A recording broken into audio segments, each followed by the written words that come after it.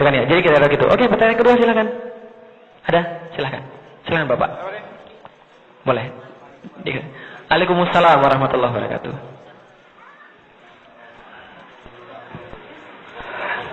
Saya mau tanya tanggapan Pak Ustadz mengenai kayak FPI, FBR yang di Indonesia itu kadang merusak kayak tempat-tempat umum orang lain kayak gitu. Itu padahal kalau di Islam kan ada lakum dinukum waliyadin. Apa? Ada lakum dinukum waliyadin. Apa? Lakum dinukum waliyadin. Lakum dinukum waliyadin. Oke. Ya, terus masalahnya kalau kita merasa agama kita paling benar, kita kan nggak boleh juga karena negara kita juga Pancasila gitu. Ya, oke. Terima kasih atas Terima kasih. Pertanyaan saya kemudian, apakah seorang muslim, saya jawab dulu yang pertama ya, saya jawab dari belakang, apakah seorang muslim tidak boleh menganggap agamanya paling benar? Harus, bukan hanya boleh, harus menganggap agamanya paling benar. Karena kenapa? Allah memerintahkan seperti itu. Bukan menganggap agamanya paling benar, tapi menganggap agamanya benar dan yang lain salah. Kenapa bisa begitu? Karena Allah perintahkan di dalam Al-Quran. Allah katakan, "Huwallazi arsala rasulahu bil huda wa dinil haq liyuzhirahu 'ala dini kulli walau karihal kafirun walau karihal musyrikun." Dalam ayat yang lain. Jadi Allah menurunkan agama Islam, yaitu adalah kemudian Rasul dengan kemudian agama yang benar, Al-Quran dan As-Sunnah, untuk kemudian mengatasi. Liyuzhirahu itu dalam terjemahan bebasnya adalah mengalahkan agama-agama yang lain, menutupi agama-agama yang lain, walaupun orang kafir musyrik tidak menyukai. Jadi itu kemudian wajib seorang muslim menganggap agamanya yang benar, yang lain tidak. Karena kebenaran itu tidak mutlak. Kebenaran itu tidak relatif, mutlak. Makanya kemudian ketika ibu saya bilang semua agama benar, saya bilang ibu masuk Islam aja. Dia nggak mau kan ya? Nah berarti agama nggak sama-sama benar. Berarti agama tidak sama-sama benar, Islam yang benar. Itu keyakinan kita. Oke, itu yang pertama. Yang kedua, tentang kemudian Pancasila. Kalau gitu Pancasila seperti apa? Mohon maaf Bapak Ibu sekalian, saya menghormati sekali kemudian Pancasila. Dan kemudian Bung Karno mengatakan dalam salah satu perkataannya sebelum kemudian meninggal, Bung Karno mengatakan bahwa Pancasila dan UUD 45 itu seperti sebuah gayung yang diambil dari mata air Islam.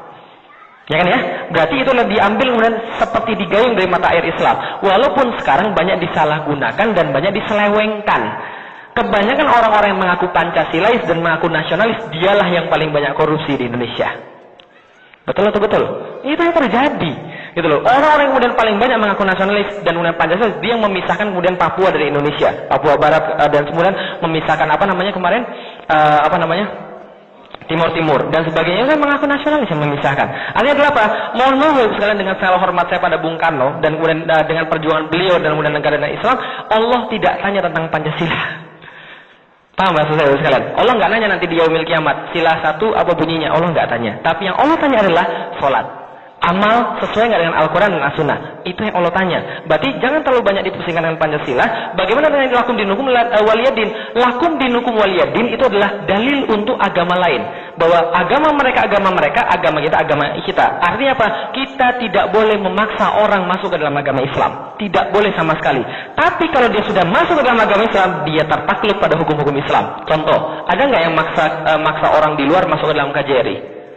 Nggak ada kan ya? Tapi kalau dia sudah masuk dalam KJRI, dia harus taat dengan aturan KJRI. Betul nggak? Ya kan ya? Tapi ketika dia di KJRI, kita nggak bisa bilang, oh la ikraha fiddin, nggak ada paksaan dalam agama, lakum dinukum waliyadin, berarti dia boleh seenak-enaknya di sini. Oh nggak ada yang suruh dia masuk ke sini kok. Tapi kalau dia sudah mau masuk ke sini, berarti dia harus taat dengan aturan KJRI. Betul begitu? Ada nggak yang nyuruh kita masuk Amerika? Pilihan kita kan ya? Tapi kalau Bapak Ibu sudah masuk Amerika, Bapak Ibu tertakluk pada aturan Amerika. Sama kayak agama, nggak ada yang maksa kita masuk Islam, nggak ada yang maksa Felix Xiao masuk Islam. Tapi ketika Felix Xiao masuk Islam, maka kita harus tertakluk pada hukum Islam. Oke, balik lagi pada pembahasan. Bagaimana kemudian FPI, FBR dan sebagainya? FBR saya nggak masukkan dalam pembahasan, karena FBR kemudian bukan organisasi Islam kan ya, tapi FPI adalah organisasi Islam. Kalau gitu kita bahas. Bagaimana hukumnya melakukan kekerasan dalam amar ma'ruf nahi munkar? Khususnya nahi munkar ya. Oke, kalau gitu gini sekalian. Ketika saya ditanya bagaimana pandangan tentang FPI, saya jawab, saya bertawakuf terhadap FPI. Apa itu bertawakuf? Saya mendiamkan mereka. Karena kenapa? Saya tidak bisa bilang mereka benar dan saya nggak bisa bilang mereka salah. Loh, kok saya nggak bisa bilang mereka salah? Gimana tuh ceritanya? Oke, gini sekalian. Kita dengar berita itu karena kita orang jauh dan kita nggak tahu kondisi di sana. Sekarang coba bayangkan baik-baik. Tahu Keramat Tunggak? Tahu Keramat Tunggak? Tempat apa itu Keramat Tunggak? Oh, mana suaminya? Bapak itu ya, Tanjung Priuk. Pantesan sekarang di sini juga kerja di apa namanya di pelabuhan yang udah biasa kan ya. Oke, sekarang saya tanya, Tanjung Priuk tempat apa Bu? Kalau enggak? Oke. Oh, Ibu nggak tahu, Bapak tahu, Pak? Kalau Bapak ingin tahu. Oke, tempat pelacuran untuk Keramat Tunggal. Pertanyaan saya sederhana. Setelah dibangun Jakarta Islamic Center di daerah apa namanya? Apa? Itu Keramat Tunggal. Apakah pelacurannya hilang di situ? Pindah kemana, Bu? Oh, belum tahu, Pak. Dipindah di mana, Pak? Oh, bohong, Pak. Pindahnya kemana? Pindahnya ke Jalan Yosudarso, Ibu sekalian. Ke Jalan Yosudarso? Tahu? Ya, benar itu. Saya lihat dengan mata dan kepala saya sendiri, Ibu sekalian. Saya lihat dengan mata dan kepala saya sendiri. Pulang dari Jakarta Islamic Center saya ngisi di bulan Ramadan, depan saya itu kemudian Terminal Tanjung Priuk. Sebelah kanan adalah Jakarta International Container Terminal. Tahu ya, Bu ya? Sebelah kiri itu etalase pelacur. Serius. Loh, saya lewat sendiri di situ. Untung saya pakai mobil. Kalau saya pakai motor itu ditarik itu bakal tuh. Karena cewek-cewek berdiri di pinggir jalan pakai pakaian provokatif dan dia nariin orang-orang yang lagi jalan. Belakang itu hotel short time. Oke, pertanyaan saya sederhana. Itu baru di Jalan Yosudarso. Di belakangnya itu, kampung-kampung itu buat tempat apa, Bu? Coba. Semua itu. Makanya. Lah, coba. Kok tahu banget tuh? Jangan nyewa gitu kan ya. Oh, saya tanya sekalian. Coba bayangkan, Anda tidak tinggal di Amerika. Coba bayangkan Anda tinggal di situ. Coba bayangkan Anda tinggal di situ. Anda punya anak di situ. Anda mau baik, sementara sekeliling Anda adalah tempat-tempat begitu. Anda membesarkan anak praktis di tempat pelacuran. Apa yang boleh Anda lakukan? Pindah. Kalau nggak punya duit gimana? Coba. Artinya apa yang kemudian bisa kita lakukan? Pas kita pengen itu kan nggak ada kan ya? Kita lapor ke polisi. Polisi diem. Orang 500 meter dari Polres Jakarta Utara. Tapi nggak berbuat apa-apa. Dia lapor polisi, dia diem polisinya. Dia lapor kemudian ke media diem karena semua orang sudah tahu di situ tempat pelacuran, tapi nggak bisa dan bertindakan. Dia lapor kemudian ke Pemkot diem juga. Terus dia harus melakukan apa lagi? Wajar nggak kalau dia kemudian mau lapor ke FI supaya hilang kemaksiatan di situ? Ada nggak dalilnya di dalam Islam? Ada. Man ra'a minkum munkaran falyughayyirhu biyadihi. Siapa yang melihat dengan kemungkaran maka rubahlah dengan tangannya. Maka mereka ada dalil. Tapi benar nggak? Saya nggak bisa membenarkan mereka juga. Karena bagi saya memperjuangkan Islam itu tanpa kekerasan. Karena seperti itulah Rasul kemudian mencontohkan. Tapi saya juga nggak bisa nyalain mereka. Karena mereka juga benar juga. Karena kalau saya berada di situ mungkin saya berbuat yang sama. Gitu loh, paham ya selesai. Karena kita stres, kita mau mengharapkan siapa lagi? Gitu loh maksudnya. Supaya lingkungan kita ini bebas daripada narkoba, bebas daripada pelacuran dan sebagainya. Nggak ada yang mau nolong. Stres kan ya? Jadi itu panik gitu loh maksudnya. Nggak bisa apa-apa lagi. Jadi saya nggak bisa menyalahkan, saya nggak bisa membenarkan. Kecuali Anda punya solusi yang lain. Dikasih kerjaan nggak mungkin bisa. Kenapa? Karena itu diciptakan secara sistem. Ustaz aja dakwah di sana, mati saya sekalian. Bisa-bisa saya diperkosa sama mereka gitu kan ya. Makanya Utsman bin Affan bilang, innallaha la yaz'u bisultan ma la yaz'u bil Qur'an. Allah menghilangkan kemaksiatan menggunakan kewenangan, kekuasaan, pemerintahan, maksiat-maksiat yang tidak bisa hilang dengan menggunakan Al-Qur'an. Maka zaman dulu, kenapa Islam bisa jaya? Karena Islam diterapkan secara total. Ada namanya penegak hukumnya yang jalan. Gitu loh. Maka nggak ada kemaksiatan. Kan harusnya polisi yang ngilangin itu kan ya? Kan gitu. Nah sekarang polisinya nggak mau jalan. Terus siapa lagi ya? FPI yang maju. Jadi saya nggak bisa menyalahkan, saya nggak bisa membenarkan. Jadi saya diam aja. Kenapa? Nah, karena gini, Bapak Ibu sekalian, kita harus hati-hati dengan termakan opini. Karena kenapa termakan opini? Jadi gini, yang di blow up adalah FPI melakukan kekerasan dan luar biasa. Tapi ada beberapa hal yang lebih parah daripada itu, Bapak sekalian. Contoh misalnya, FPI melakukan kekerasan. Pemain-pemain bola, penonton-penonton bola di Indonesia kekerasan nggak? Wah, lebih banyak. Tapi kenapa ketika FPI berbuat sesuatu langsung disorot, orang-orang supporter bola ketika ribut nggak disorot-sorot, banyak yang mati juga. Soalnya FPI nggak pernah matiin orang kan ya? Tapi ketika kemudian ada